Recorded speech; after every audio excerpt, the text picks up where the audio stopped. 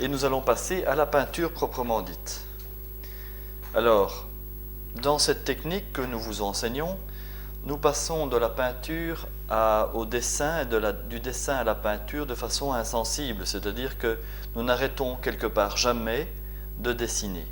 Et donc nous allons prolonger le dessin que nous avons maintenant repris légèrement au crayon, nous allons prolonger en le continuant simplement en utilisant la peinture ocre rouge, qui est au fond une peinture neutre, et uniquement l'ocre rouge.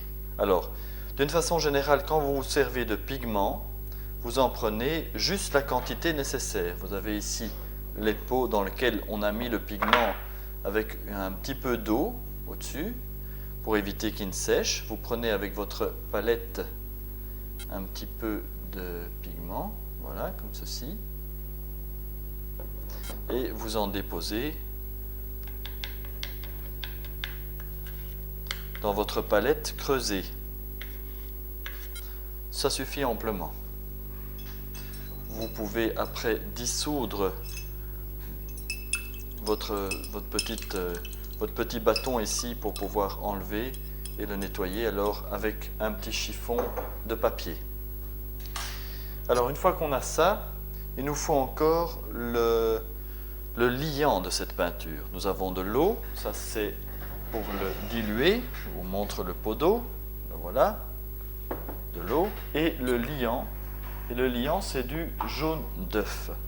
Voilà notre jaune d'œuf. Généralement, nous vous le présentons comme ça, dans un petit pot avec un couvercle et un petit bouchon en caoutchouc. Alors, vous prenez une pipette de ce jaune d'œuf que vous mettez juste à côté et vous ajoutez 2 quantités égales d'eau. Donc, en général, la quantité de liant nécessaire par rapport à votre liant, c'est-à-dire à l'œuf, eh bien, il faut 1 part de liant, c'est-à-dire d'œuf, pour 2 parts d'eau, soit 1/3 de liant. Ça peut varier selon les couleurs, parfois il en faut un peu plus, parfois un petit peu moins. Alors il vous faut bien sûr aussi un pinceau, et le premier pinceau que nous vous recommandons, c'est celui-ci. C'est le pinceau numéro 2, numéro 3 ou numéro 4 de la série 111. Je vais essayer de vous faire un gros plan pour vous le montrer.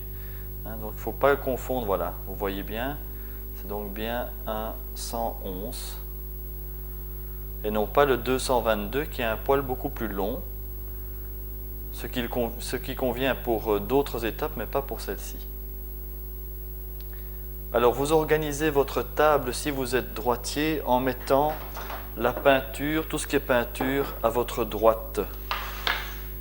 On referme le pot. Et le document à votre gauche. Le pot d'eau est ici, voilà. Et donc nous allons simplement continuer à dessiner, mais cette fois-ci en utilisant la peinture ocre rouge qui aura été diluée uniquement dans notre préparation jaune d'œuf. Voilà. On va voir ça maintenant. Donc je repasse simplement tous mes traits, mais avec l'ocre rouge. Alors ici, on peut déjà profiter de tous les avantages du pinceau, notamment celui qui fait que le pinceau peut faire des traits plus larges. Ce qui peut être important parce que certains traits sont pas simplement des traits, mais ont une certaine épaisseur et une épaisseur qui varie. Il faut bien observer et essayer de reproduire autant que possible toutes les nuances des traits. Voilà. Vous voyez par exemple sur ici les cils que nous avions déjà un petit peu étudié tantôt, eh bien vous avez un trait plus épais au centre. Il faut essayer de reproduire ceci, étant entendu que le crayon lui-même est déjà une sorte de pigment en dessous. Voilà.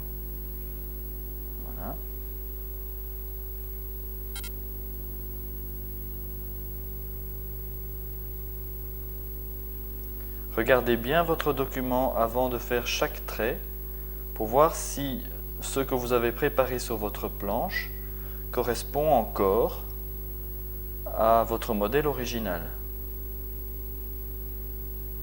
Donc je vous rappelle qu'ici, c'est pratiquement la 3e voire 4e fois que vous repassez les traits. Il y a donc un grand danger d'appauvrir le trait en le recopiant mal. Alors, vous ne vous contentez pas de faire des traits, mais vous faites aussi, bien sûr, des dégradés. Alors, les dégradés, vous pouvez utiliser alors votre ocre rouge de façon plus diluée, voilà, et commencer à créer des dégradés là où vous pensez. Ce qui est important, c'est de créer le modelé de votre visage. Voilà. Ah, ici, j'ai oublié de faire ça, comme ceci. Petit à petit, en repassant de façon successive, vous devriez pouvoir arriver finalement à obtenir un dégradé. Voilà, après avoir travaillé quelques minutes, vous pouvez remarquer que j'ai commencé à reproduire mon modèle uniquement avec l'ocre rouge, mais en essayant surtout de respecter le volume du visage. Ce qui est important à ce stade-ci, c'est donc d'essayer d'arriver à créer le volume propre du visage. On va faire un gros plan sur le travail. Donc ça ne sert à rien de mettre la même teinte et la même valeur partout. Il faut, dans la mesure du possible, essayer de recréer la volumétrie du visage. Alors pour ça, on peut par exemple écraser son pinceau. Regardez, j'ai écrasé le pinceau en mettant le surplus sur un chiffon, sur le bord de sa main, et on repasse petit à petit, au fur et à mesure, sur les parties qui doivent être les plus sombres. En repassant plusieurs fois, on évite ainsi que de voir les coups de pinceau, puisqu'ils se chevauchent les uns les autres. Ici, par exemple, j'écrase mon pinceau et je peux arriver à créer un trait plus large, mais plus transparent. Et donc, à force de repasser plusieurs fois, je finis par obtenir un dégradé. C'est toute la difficulté de ce travail, mais c'est cette partie-là qu'il faut absolument réussir, parce que sinon, ce travail d'ocre rouge est un petit peu vain.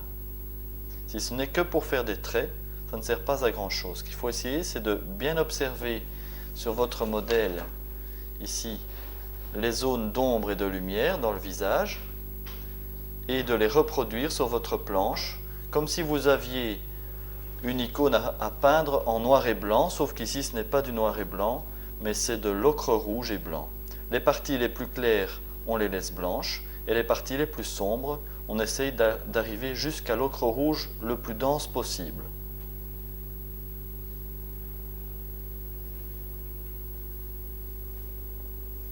Il ne faut pas être trop précautionneux à ce stade-ci. C'est un peu bête de perdre du temps en voulant faire déjà un travail de finition. Le travail de finition se fait à la fin. Il faut donc pouvoir gérer sa concentration, de sorte de pouvoir garder à la fin de son icône toute la concentration nécessaire pour réussir la finition. Mais à ce stade-ci, ce qui est important, c'est de donner cette impression donc, de volume dans le visage.